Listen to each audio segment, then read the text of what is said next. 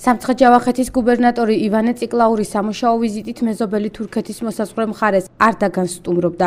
მან მხარის გუბერნატორთან და სასაზღვრო კომისართან სეიფეთინ აზიზოღლუსთან საპროტოკოლო შეხვედრა გამართა, სადაც კიდევ ერთხელ განიხილეს საზღვრისპირა მხარეებს შორის სავაჭრო-ეკონომიკური და კულტურული ურთიერთობების გაღრმავების პერსპექტივები, ასევე ამ კუთხით უკვე განხორციელებული ღონისძიებები. არდაგანის გუბერნატორთან ივანე ციკლაურის ეს პირველი შეხვედრა იყო. ქართულ დელეგაციას სამხარე ორწმუნებულის მოადგილეები გელა დემეტრაძე და ვახტანგ გეწაძე, ასევე ახალციხის მუნიციპალიტეტის საკრებულოს თავმჯდომარე ოლეგ სანდროშვილი წარმოადგენდნენ. ტრადიციულად საპასუხო ვიზიტით უახლოეს ხანში სამცხე-ჯავახეთს არდაგანის მხარის დელეგაციაც ეწვევა. სამხარე ორწმუნებულის მოადგილის გელა დემეტრაძის თქმით, გამორიცხული არ არის მეზობელ სახელმწიფოსთან, კერძოდ კი სომხეთთან მსგავსი შეხვედრები მომავალშიც დაიგეგმოს.